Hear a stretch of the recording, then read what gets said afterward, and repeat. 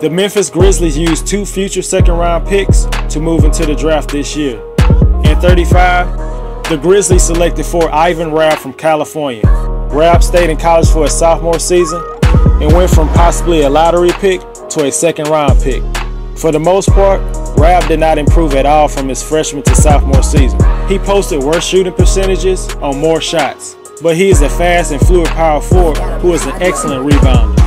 Rabb is a capable low-post scorer, but needs to add strength to bang down low on the next level. He still hasn't developed a consistent jump shot that he needs to be a solid NBA power forward. And I don't know where he fits into the rotation with all the forwards on the team, especially if Memphis brings back JaMychal Green and/or Zach Randolph. Jarrell Martin and Deontay Davis are on the roster as well. With the 45th pick, the Grizzlies selected Dylan Brooks out of Oregon. Brooks is a high-level guy who improved every season in college, and last year averaged 16 points and shot a career-high 40% from three-point range. He has a quick first step and can hold off defenders with his big body and finish in the paint. But there's questions about his defense.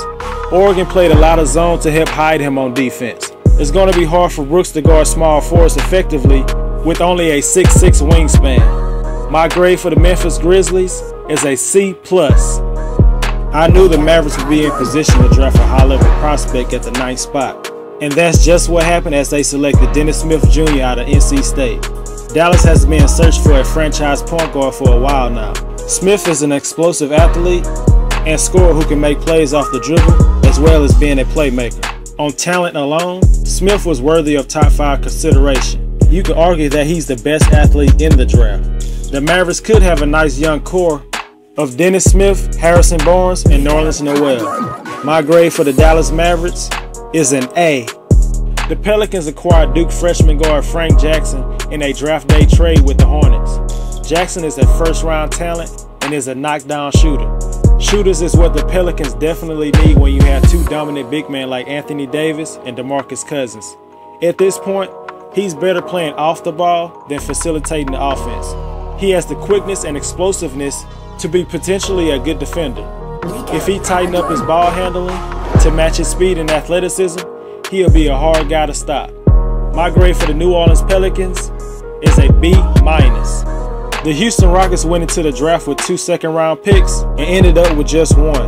With the pick they kept, they drafted talented big man Isaiah Hartenstein out of Germany. He's a 7'1", 225-pound 19-year-old who is a versatile scorer who can spread the floor as a stretch big man in the NBA. Hartenstein moves well for a guy his size, but he has work to do on his defense and controlling his emotions. But the main reason why he dropped to the 2nd round was back issues. Hopefully he can stay healthy so he can reach his full potential. The Rockets might want to hold him overseas to preserve their cap space so they can go after big-time free agents like Chris Paul or Paul Millsap. My grade for the Houston Rockets is a B-. It seems we can always expect the Spurs to find hidden gems late in the 1st round that'll have teams questioning, what did I miss? With the 29th pick, the Spurs drafted the 23-year-old Derrick White out of Colorado. He's a very poised combo guard with good size at 6'5". Even though he's not elite at anything, he doesn't really have many holes in his game. Despite not being the best athlete, he has a great feel for the game, and his size and craftiness allows him to get to the rim and finish. Depending on what happens in free agency, White could play a key role for the Spurs next season at the point guard or shooting guard position. With the 59th pick, they selected Clemson's Jaron Blossomgame. He has the size and athleticism at the wing spot to be a good perimeter defender. In his senior season, he averaged around 18 points and 6 rebounds per game. Blossomgame is not a great shooter or a shot creator. His offense consists of cutting to the basket and attacking closeout, as well as finishing at the rim. His fundamentals and motor will need some work to be successful on the next level, but his willingness to scrap on D is where he's going to make his mark on the team initially. My grade for the San Antonio Spurs is a B.